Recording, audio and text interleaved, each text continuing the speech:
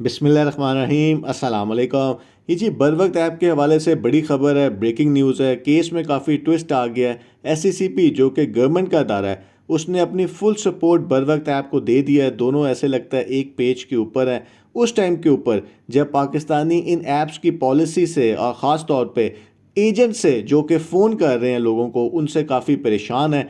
काफ़ी हैरत अंगेज स्टोरी है जो आज की वीडियो में हम देख लेते हैं।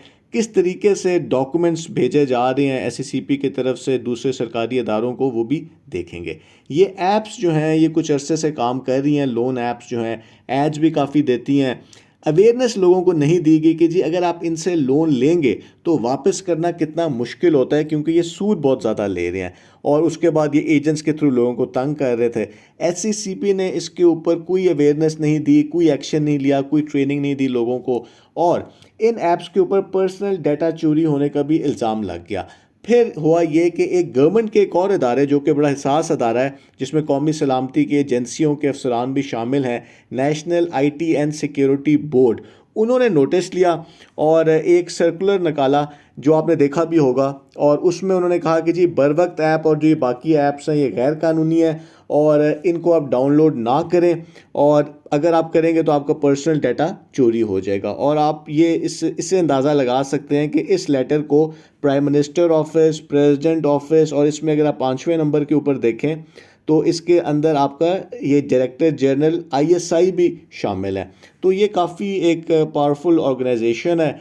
अब इसके ऊपर भी एससीसीपी ने कोई ख़ास रिप्लाई नहीं किया, बस एक ट्वीट कर दिया कि जी बर वक्त तो एक कानूनी एप्लीकेशन है और ये एनबीएफसी है, इनके पास लाइसेंस है कर्ज देने का। ठीक है, इनके पास लाइसेंस होगा, लेकिन इनकी जो पॉलिसीज़ थी और जो डाटा चोरी होने की एक शिकायत थी, और इनकी परमिशंस अगर आप ऐप की देखें तो वो ऐसी थी कि आपका डाटा सेफ ही नहीं था।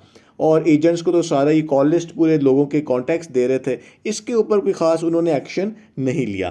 अब हुआ ये है कि इसके बाद एससीसीपी ने फुल सपोर्ट करना शुरू कर दिया बर वक्त ऐप को, और इसी ऑर्गेनाइजेशन को इन्होंने लेटर लिख दिया। और ये लेटर जो है ये एससीसीपी की तरफ से भेजा गया है, और मेजर साहब जो कि एक सर्विंग मेजर है, मेजर उस्मान तारिक, इनको भेजा गया है आईटी एंड सिक्योरिटी बोर्ड में।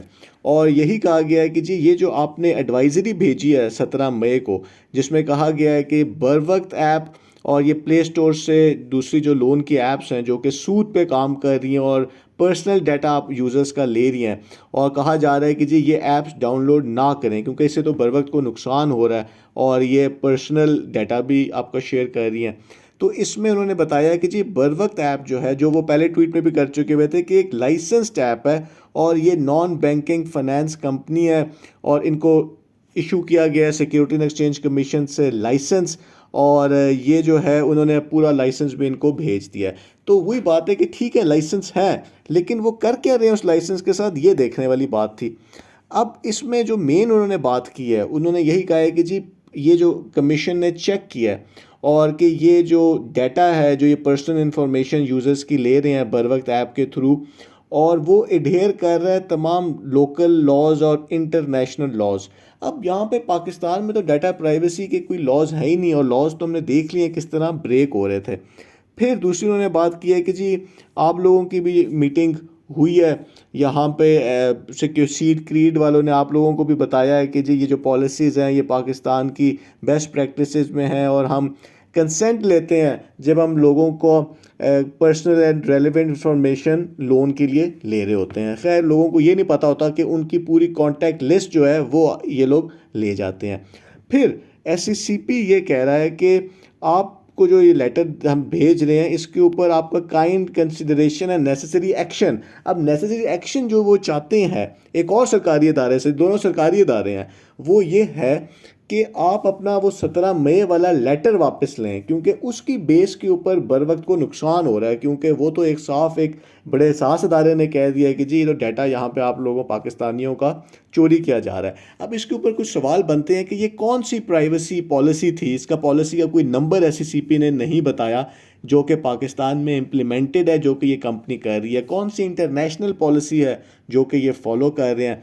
अगर कोई सरकारी मुलाजिम ये ऐप डाउनलोड कर लेता है और उसके फ़ोन के अंदर कोई कौमी राज है, कोई ऐसी सेंसिटिव इन्फॉर्मेशन है, और इस ऐप को डाउनलोड करके क्योंकि एक्सेस तो आप दे देते हैं तो वो चोरी हो जाता है, तो इसके ऊपर कौन ज़िम्मेदार होगा। इसी तरह जो ये कॉलिंग एजेंट्स धमकियां दे रहे होते हैं, इनके पास जो ये डाटा आ जाता है सारा, वो कैसे किसी के भी रिश्तेदारों को फ़ोन कर रहे होते हैं, इसका नहीं बताया गया। इसकी तरह ये जो कॉलिंग एजेंट्स फ़ोन करते हैं ये वैसे भी गैर कानूनी है। तो इस तरह के क्वेश्चंस हैं अभी भी इस ऐप के ऊपर काफ़ी ज़्यादा। अब एक और बात समझ आती है कि ये जून की बात थी, जुलाई में क्या हुआ कि जुलाई में इन्होंने एक मीटिंग कॉल कर दी।